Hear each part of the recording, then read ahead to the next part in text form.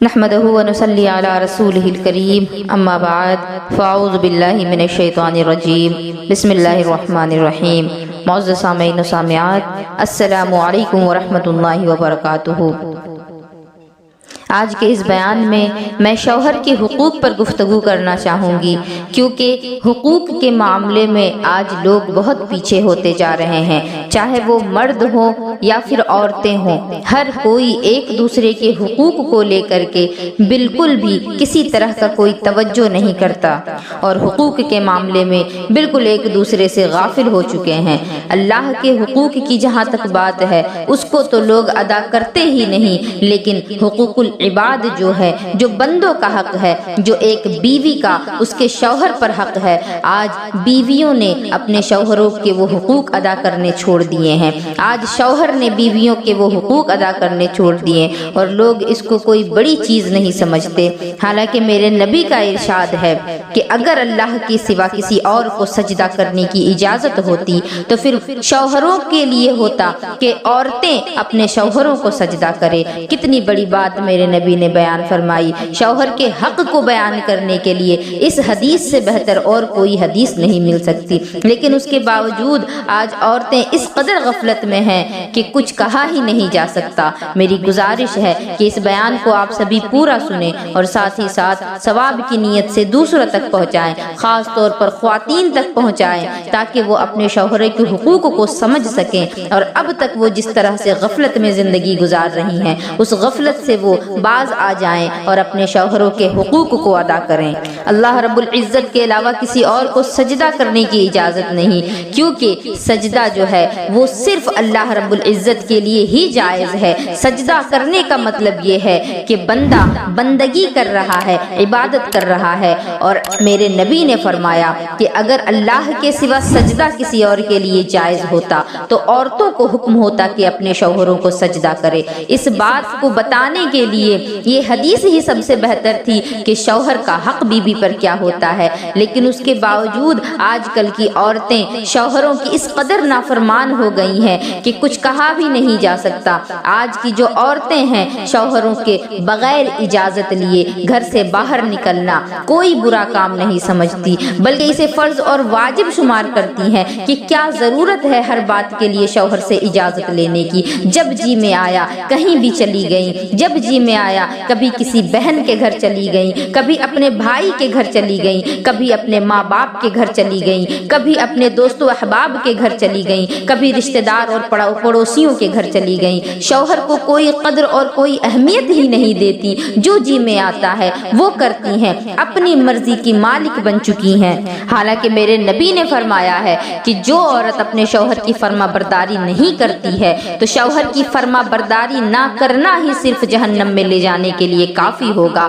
تو پھر ہمیں غور کرنا چاہیے کہ آج ہم جو بھی کام کرتے ہیں، کیا ہمارے ان کاموں میں ہمارے شوہر کی رضامندی ہمارے شوہر کی رضامندی شامل ہوتی ہے؟ ہم جہاں کہیں بھی جاتے ہیں، کیا جانے سے پہلے اپنے شوہروں سے اجازت لینا یہ ہم ضروری سمجھتے ہیں کہ نہیں سمجھتے؟ تو ہمیں 99% ایسے لوگ ملیں گے، ہمارے معاشرے میں 99% ایسی عورتیں ملیں گی جو کہ شوہر کو کوئی اہمیت، کوئی ویلیو نہیں دیتی۔ وہ سمجھتی ہیں کہ ہماری زندگی ہے، ہم اپنی مرضی سے گزاریں، ہم شوہر کے غلام نہیں۔ تم غلام نہیں، تمہیں اسلام نے غلام نہیں بنایا، تمہیں مذہب نے شوہر کا غلام نہیں بنایا، بس شوہر کے حق کو تم سے زیادہ رکھا ہے، کیونکہ میرے نبی نے فرمایا ہے کہ اگر اللہ کے سوا کسی اور کو سجدے کی اجازت ہوتی تو عورتوں کو حکم ہوتا کہ اپنے شوہروں کو سجدہ کرے۔ اور اسی طریقے سے ایک بات اور بیان کی گئی کہ اگر شوہر کے جسم پر پھوڑے ہو جائیں اور ان پھوڑوں سے اگر پیپ بہ بہ کر کے گرے، اور اگر بیوی چاہے کہ ان پیپ کو چاٹ کر کے اپنے شوہر کے جسم کو صاف کرے، اس کے زخموں کو صاف کرے، تو بھی وہ اپنے شوہر کا حق ادا نہیں کر سکتی۔ حالانکہ زبان سے چاٹنے کا حکم شریعت نہیں دیتی، لیکن پھر بھی بتانے کے لیے، سمجھانے کے لیے کہہ رہی ہوں کہ اگر کوئی عورت اپنے شوہر کے جسم میں پھوڑے پھنسی جو ہو جاتے ہیں ان کو اگر اپنی زبان سے چاٹ کر کے بھی صاف کرتی ہے تو بھی وہ اپنے شوہر کا حق ادا نہیں کر سکتی۔ جس طریقے سے اولاد اپنے ماں باپ کا حق ادا نہیں کر سکتے، اسی طریقے سے اپنی شوہر عورت جو ہے وہ اپنے شوہر کا حق ادا نہیں کر سکتی، چاہے وہ اپنی زبان سے چاٹ کر کے اس کے زخموں کو ہی کیوں نہ صاف کرے۔ اس کی مثال ہمیں حضرت ایوب علیہ السلام کے واقعے سے ملتی ہے کہ سیدہ بی بی رحمت نے کتنی پریشانیاں اٹھائیں، کتنی مصیبتوں کا سامنا کیا حضرت ایوب علیہ السلام کے لیے، کتنی زیادہ اللہ رب العزت نے آزمائش میں ان کو ڈالا، اور ان ساری آزمائشوں میں وہ ان کے ساتھ کھڑی رہی اور ان کی ہمیشہ ان کی خیر خواہ بنی رہی۔ لیکن اس کے باوجود یہ کہا جاتا ہے کہ اگر زبان سے چاٹ کر کے پھوڑے کو صاف کیا جاتا تو بھی شوہر کا حق ادا نہیں کر سکتی، تو پھر اتنی عظیم خاتون ایک نبی کی بیوی ہو کر کے جب ایسا نہیں کر سکتی کہ شوہر کا حق ادا کر دیں، تو ہم اور آپ کس شمار میں آتے ہیں، کس گنتی میں آتے ہیں؟ آج ہم اپنا اگر جائزہ لیں تو معلوم ہوتا ہے کہ ہم نے اپنے آگے کسی اور کو سمجھا ہی نہیں، ہم اپنے آگے کسی اور کو اہمیت ہی نہیں دیتے، اور آج ہمارے معاشرے کا حال یہ ہے کہ ہاتھ کی مہندی نہیں چھوٹتی، عورت میکے جاتی ہے اور شوہر کی شکایت کرنا شروع کر دیتی ہے، سسرال والوں کی شکایت کرنا شروع کر دیتی ہے، ساس اور نندوں اور سسر کی شکایت کرنا شروع کر دیتی ہے۔ کیا یہ تمہیں زیب دیتا ہے؟ اب وہ تمہارا حقیقی گھر ہے، تمہیں اب وہیں زندگی گزارنا ہے، اور اس کے بعد تم آ کر کے اپنے میکے میں اپنے گھر والوں سے، اپنے سسرال والوں کی شکایت کرتی ہو۔ ازدواجی زندگی گزارنے کا جو طریقہ ہے ہم نے آج فلموں سے سیکھا ہے، ہم نے آج سیریلز سے سیکھا ہے۔ یہی وجہ ہے کہ ازدواجی زندگی فلمیں دیکھ دیکھ کر کے گزارنے کی وجہ سے آج طلاق کا ریشیو اس قدر بڑھ گیا ہے، آج ہمارے معاشرے میں طلاق کی اس قدر زیادتی ہو گئی ہے، کیونکہ فلمی اداکارہ ہو یا سیریل کے اداکار ہو، کوئی بھی ہو، ان لوگوں کی جو زندگی ہے وہ تو 3-4 گھنٹوں کی ہی ہوتی ہے، وہ جب تک فلم چلے گی، جب تک سیریل چلے گی، اسی وقت تک ان کی زندگی ہے۔ لیکن تمہاری زندگی تو کوئی فلم نہیں، تمہاری زندگی تو کوئی سیریل نہیں، بلکہ تمہاری زندگی تو حقیقت میں واقعی میں تمہاری زندگی ہے، تمہاری زندگی 3-4 گھنٹوں کی زندگی نہیں ہے۔ تو تم نے ان 3-4 گھنٹوں کی زندگیوں کو دیکھ دیکھ کر کے اپنی سالہ سال کی زندگی کو برباد کر رکھا ہے۔ بیٹیوں کو میرا یہ پیغام ہے کہ سیریل دیکھ کر کے سسرال والوں کے ساتھ سلوک مت کرنا، فلمیں دیکھ کر کے ساس اور نندوں کے ساتھ سلوک مت کرنا، سیریل دیکھ دیکھ کر کے اپنے شوہر کو نیچا مت دکھانا، اس کے ساتھ برا سلوک مت کرنا۔ اگر تمہیں زندگی گزارنے کا سلیقہ سیکھنا ہی ہے، اگر تمہیں ازواجی زندگی جو ہے گزارنے کا طریقہ جاننا ہے، تو فلم اور سیریل کا سہارا مت لو، بلکہ ازواج مطہرات کی زندگی کا مطالعہ کرو۔ تم سیدہ عائشہ صدیقہ کی زندگی کا مطالعہ کرو، تم خدیجۃ الکبریٰ کی زندگی کا مطالعہ کرو، تم سیدہ جویریہ کی زندگی کا مطالعہ کرو، تم سیدہ حفصہ کی زندگی کا مطالعہ کرو۔ تم ازواج مطہرات میں سے کسی کی زندگی کا بھی اگر مطالعہ کرو گی تو یہ 100% گارنٹی میں دیتی ہوں کہ تمہاری ازدواجی زندگی جو ہے وہ سکون و عافیت کے ساتھ گزرنا شروع ہو جائے گی۔ ورنہ پھر اگر تم نے اپنی ازدواجی زندگی فلم اور سیریل دیکھ کر کے گزارنا شروع کر دیا ہے تو پھر تمہاری زندگی جو ہے وہ زیادہ دنوں تک خوشحالی کے ساتھ نہیں گزرنے والی ہے۔ چاہے تم کچھ بھی کر لو، چاہے تمہارا شوہر کچھ بھی کر لے، جب تک کہ تم اسلامی روش اختیار نہیں کرو گے، اسلامی طریقے پر نہیں چلو گے، جب تک کہ تم اپنا آئیڈیل ہمارے نبی کو نہیں بناؤ گے، جب تک کہ خواتین اپنا آئیڈیل ازواج مطہرات کو نہیں بنائیں گی، اس وقت تک ان کی زندگی خوشگوار نہیں ہو سکتی، ان کی زندگی میں سکون نہیں ہو سکتا، ان کی آپس میں محبت پیدا نہیں ہو سکتی۔ عورتوں کو چاہیے کہ اپنا آئیڈیل بنانا ہے تو سیدہ فاطمۃ الزہرا کو بنائیں، حضرت عائشہ صدیقہ کو بنائیں، خدیجۃ الکبریٰ کو بنائیں، امہات المومنین کو بنائیں، اور مردوں کو چاہیے کہ اگر اپنا آئیڈیل بنانا چاہتے ہیں تو فلمیں اور سیریل دیکھ کر کے فلم کے اداکار، سیریل کے اداکار کو اپنا آئیڈیل نہ بنائیں، بلکہ اللہ کے رسول کو اپنا آئیڈیل بنائیں، مولا علی کرم اللہ وجہ الکریم کو اپنا آئیڈیل بنائیں۔ صحابہ کرام میں سے کسی کو بھی اپنا آئیڈیل اگر بنا لیتے ہیں تو ان کی زندگی خوشگوار گزرے گی۔ حضرت عائشہ صدیقہ رضی اللہ تعالی عنہا فرماتی ہیں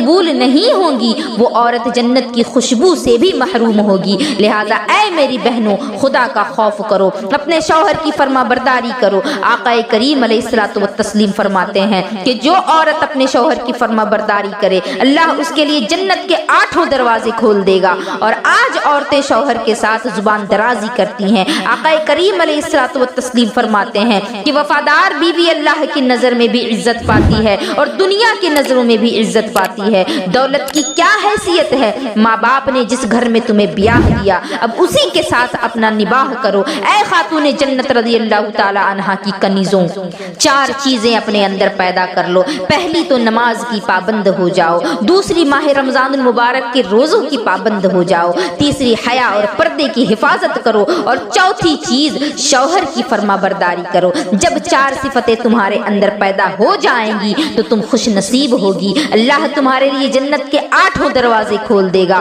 اور فرمائے گا کہ جس دروازے سے چاہو جنت میں داخل ہو جاؤ۔ حدیث پاک کے الفاظ ہیں کہ جو عورت اس حالت میں انتقال کرتی ہے کہ اس کا شوہر اس سے ناراض ہوتا ہے تو وہ عورت جہنم میں جائے گی، اور اگر کسی جنتی عورت کو دیکھنا چاہتے ہو تو اس عورت کو دیکھ لو کہ جس کا شوہر اس سے راضی ہو۔ اس حالت میں اس کا انتقال ہوا کہ اس کا شوہر اس سے راضی ہو، وہ عورت جنتی عورت ہے۔ اور جو عورتیں بلا وجہ اپنے شوہر کو پریشان کرتی ہیں، اس کی اوقات سے زیادہ اس پر بوجھ ڈالتی ہیں، ایسی عورتوں سے اللہ رب العزت سخت ناراض ہوتا ہے۔ میں آپ کو یہاں ایک بات بتاتی چلوں کہ امہات المومنین نے میرے سرکار سے ایک مرتبہ خرچے کا مطالبہ کر دیا۔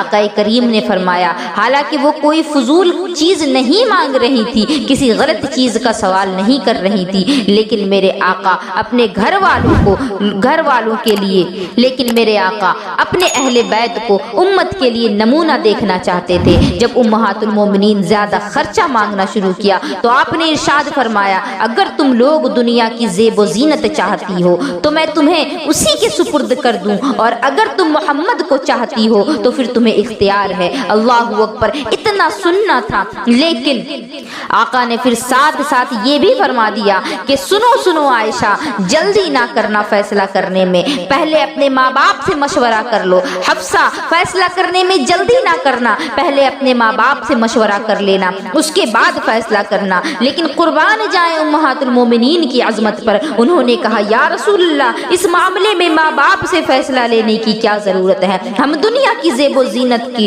کوئی پرواہ نہیں کرتے، اسے پیروں تلے کچل دیں گے۔ ہمیں تو محمد عربی کی نالین میں جگہ چاہیے، ہمیں تو محمد عربی کی رحمتوں والی چادر کا سایہ چاہیے، ہمیں تو آپ کا ساتھ دنیا اور آخرت میں چاہیے۔ اے خاتون جنت رضی اللہ تعالی عنہا کی کنیزوں، جب تم پر برا وقت آتا ہے تو تم پڑوس کو کیوں دیکھتی ہو؟ تم سیدہ عائشہ کی زندگی کو کیوں نہیں دیکھ لیتی؟ تم حضرت حفصہ کی زندگی کو کیوں نہیں دیکھ لیتی؟ تم حضرت جویریہ کی زندگی کو کیوں نہیں دیکھ لیتی؟ تم حضرت سودا کی زندگی کو کیوں نہیں دیکھ لیتی؟ تم حضرت زینب اور ام سلمہ اور حضرت خدیجۃ الکبریٰ کی زندگی کو کیوں نہیں دیکھ لیتی؟ تم امہات المومنین کی زندگی کو کیوں نہیں دیکھتی؟ اللہ اکبر، عورتیں اپنے شوہر کو تنگ کرتی ہیں کہ یہ لا کر کے دو، وہ لا کر کے دو، اور اگر شوہر ہمیشہ لا کر کے دے اور ایک بار اگر نہ لا سکے تو عورتیں کہتی ہیں کہ جب سے اس گھر میں آئی ہوں میری کوئی مراد پوری نہیں ہوئی، میری زندگی ہی برباد ہو گئی ہے، جو کچھ بھی مانگتی ہوں کبھی نہیں ملتا۔ سنو، شوہر کی ناشکری کرنا یہ شوہر کی ناشکری نہیں بلکہ اللہ رب العزت کی ایک نعمت کی ناشکری ہے۔ بلکہ میرے آقا فرماتے ہیں کہ میں نے جہنم میں سب سے زیادہ عورتوں کو دیکھا اس لیے کہ عورتیں اپنے شوہر کی ناشکری کرتی ہیں، دراصل یہ اپنی ہی آخرت بگاڑ رہی ہیں۔ اے خاتون جنت کی کنیزوں، شوہر کی ناشکری اصل میں اللہ کی نعمت کی ناشکری ہے، اور ناشکری کرنے والوں سے اللہ نعمتیں چھین لیا کرتا ہے۔ جب تک شوہر کو راضی نہ کرو گی جنت نہیں مل سکتی۔ اور آپ نے ماں باپ کی بڑی خدمت کی لیکن شوہر ناراض ہے تو یاد رکھنا آپ کو جنت نہیں مل سکتی، اس لیے کہ شوہر کی خوشی شادی شدہ عورت کے لیے جنت ہے۔ یہاں تک کہ اسلام نے پابند کیا کہ اگر نفل روزہ رکھنا چاہتی ہے اور اگر شوہر اس کے لیے اجازت نہیں دیتا ہے تو عورت نفل روزہ بھی نہیں رکھ سکتی، بلکہ شوہر کو خوش کرنا یہ نفل روزے سے بڑھ کر کے ہے۔ شوہر کو خوش کرنا رات بھر نوافل پڑھنے سے بہتر ہے۔ اے خاتون جنت کی کنیزوں، اسما بنت یزید آقا کریم علیہ السلام کی بارگاہ میں آئیں اور کہتی ہیں آقا ایک مسئلہ پوچھنا چاہتی ہوں۔ بولی یا رسول اللہ یہ بتا دیں کہ ہم عورتیں ہیں اور وہ مرد ہیں۔ آقا مرد تو نماز جنازہ پڑھنے جاتے ہیں، قبروں میں مسلمان مردوں کو دفن کرنے جاتے ہیں، مسلمان مردوں کا تو حال یہ ہے کہ وہ آپ کے ساتھ جہاد پر جاتے ہیں، اللہ کی راہ میں شہید ہو جاتے ہیں۔ یا رسول اللہ وہ جمعہ کی نماز پڑھنے جاتے ہیں، لیکن ہم عورتیں ہیں، ہم تو گھر میں بیٹھی رہتی ہیں، ہمارے کام کپڑے دھونا، برتن صاف کرنا، کھانا پکانا، ہمارا کام بچوں کی پرورش کرنا۔ یا رسول اللہ ہم تو جنازے میں شریک نہیں ہو سکتے، ہم تو جہاد کے لیے نہیں جا سکتے، ہم تو جمعہ کی نماز کو نہیں جا سکتے، ہم ان نیکیوں سے محروم ہیں۔ اس کا مطلب تو یہ ہے کہ ہم مردوں سے پیچھے ہو گئی ہیں، اس لیے کہ ہم ان کے برابر عمل نہیں کر سکتے۔ قربان جائیں میرے آقا کریم علیہ الصلوۃ والسلام پر کہ قطرہ کسی نے مانگا میرے کریم سے، گر قطرہ کسی نے مانگا تو دریا بہا دیے ہیں، دربے بہا دیے ہیں۔ سرکار کی بارگاہ میں جہاد کا ثواب مانگنے کے لیے آئی تھی، عورتیں ان کاموں کو نہیں کر سکتی۔ اللہ اکبر۔ جیسے حضرت اسما نے عرض کیا، آقا فرماتے ہیں اسما کیا تو جہاد کا ثواب پانا چاہتی ہے؟ جن جن نیکیوں کا تو نے ابھی ذکر کیا ہے کیا تو ان نیکیوں کا ثواب پانا چاہتی ہے؟ عرض کی ہاں یا رسول اللہ ہم عورتیں یہ ثواب پانا چاہتی ہیں کیونکہ ہم ان نیکیوں میں حصہ نہیں لے سکتی۔ آقا فرماتے ہیں کہ گھر جا اپنے شوہر کی خدمت کر اور اسے راضی کر لے، اللہ تجھے یہ سارا ثواب گھر بیٹھے عطا فرما دے گا۔ سبحان اللہ۔ مرد تلوار چلا کر کے جو ثواب پاتا ہے، مرد جان قربان کر کے جو ثواب پاتا ہے، جا شوہر کو خوش کر دینا، تجھے وہ ثواب شوہر کی خوشی میں مل جائے گا۔ اللہ اکبر۔ لیکن آج کی عورتوں کو ان باتوں سے کوئی واسطہ ہی نہیں رہا، بس ان کی ضروریات پوری ہو جانی چاہیے۔ اگر دنیا اور آخرت کی کامیابی چاہتی ہو تو شوہر کی خدمت کرو، اس کے حقوق کی پیروی کرو، اس کے حقوق کو ادا کرتے رہو، اس کے فرمان، اس کی جو باتیں ہیں وہ مانتی رہو، اور جو باتیں شریعت کے خلاف ہیں ان باتوں کو ماننے کی تمہیں شریعت اجازت نہیں دیتا، لیکن جو باتیں شریعت کے دائرے میں ہیں، جن چیزوں کا شوہر تمہیں حکم دیتا ہے اس کی ضرور تم فرما برداری کرو، ورنہ پھر شوہر کی نافرمانی اور ناشکری کے نتیجے میں تمہیں جنت تو کیا جنت کی خوشبو سے بھی محروم کر دیا جائے گا۔ میری گزارش ہے کہ اس بیان کو زیادہ سے زیادہ لوگوں تک شیئر کریں، خاص طور پر خواتین تک پہنچائیں تاکہ خواتین ان مسئلوں کو سمجھ سکے اور اپنے شوہروں کی قدر کر سکیں۔ وآخر دعوانا ان الحمدللہ رب العالمین وما علینا الا البلاغ۔ السلام علیکم ورحمۃ اللہ وبرکاتہ۔